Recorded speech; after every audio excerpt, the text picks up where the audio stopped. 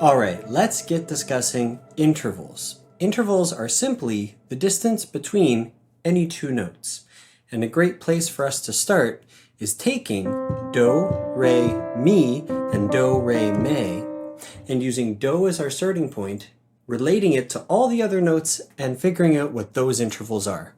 Right now, a great starting point for us with intervals is using do as our bottom note and either repeating do, moving up to re, or moving up to either mi or me.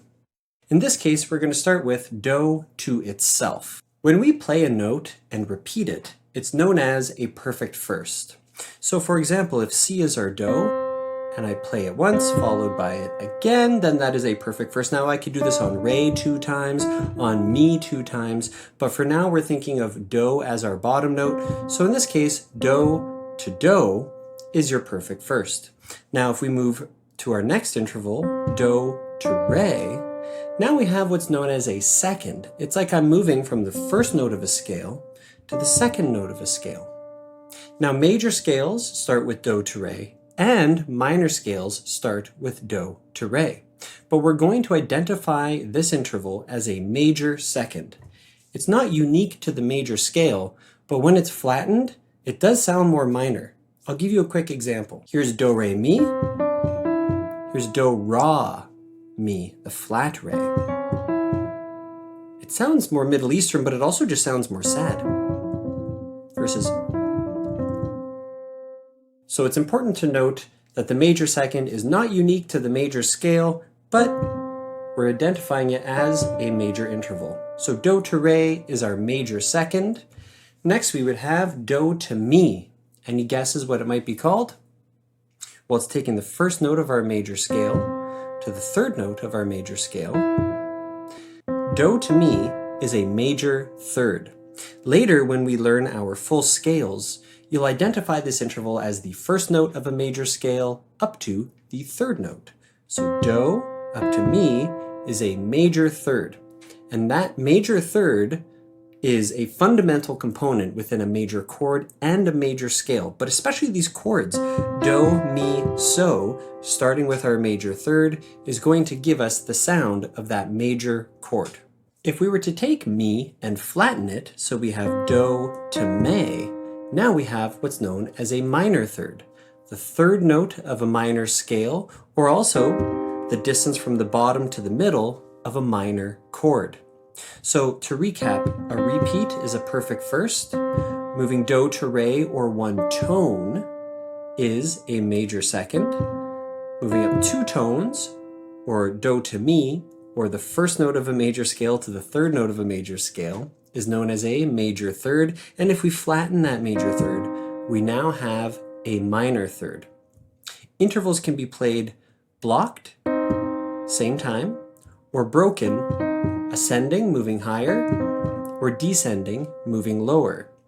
When I'm testing you on intervals in the future, this is something worth noting because I can make things easier or more difficult by juggling between these 3 ways of playing those intervals. Now keep in mind, the perfect first can't really be played blocked. It can be played broken, like I can play it and then play it again, but there's not 2 notes to be played at the same time. It's just 1 note. So a perfect first, blocked, broken, it's all the same. It's just going to sound like a repeat.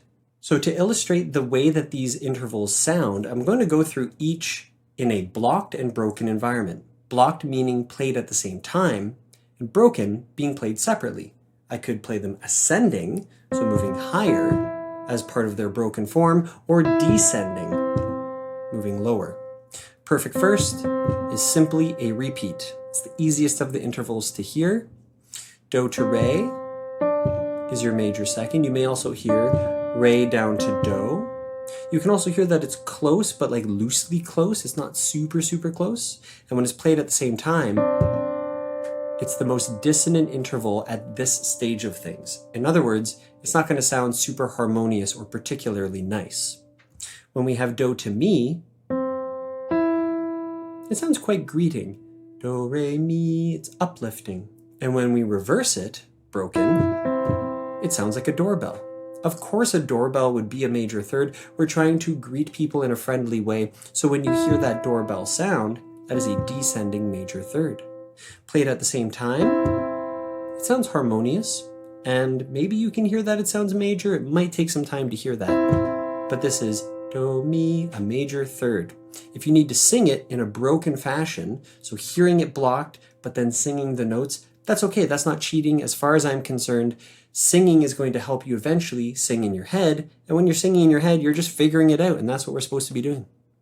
The minor third, ascending, broken, do, re, mi, do, mi. Sometimes I'll use re to find my third. Do, re, mi. Okay, that sounds like a minor third. Mi, re, do. This interval, if I play it by itself, again, ascending, descending. It's not particularly happy. It is our minor third. If I play it together, listen to the difference between this minor third and the major third. The major third seems more uplifting. The minor third is a little more serious. Now you're going to have your own way of understanding this stuff as you go. Maybe the doorbell one worked, but maybe some of the other ones you're like, I don't know if I'm hearing it yet. And then you might identify it as the first two notes from this song, or this interval makes me feel a certain way. I would caution you about the idea of hearing an interval in relation to a song. Major sixth, My Bonnie Lies Over the Ocean. I think that's going to have diminishing returns over time. Instead, you want to hear the feeling. Does it sound major or minor or kind of hollow and perfect? Does it sound resolved or unresolved? Does the interval sound like it wants to shift to a more resolved sound? Just hearing the innate quality is going to be the thing that you want to get to over time. Now, if you need to use some cheats along the way, that's great, but no different than me being a doctor giving you a set of crutches. As soon as you can ditch those crutches, ditch them, because you don't want to become reliant on these crutches or these assists as you go through. So we've covered the perfect first, the major second, the major third, and the minor third. In our next class, I'm going to be quizzing you on these, so let's jump in.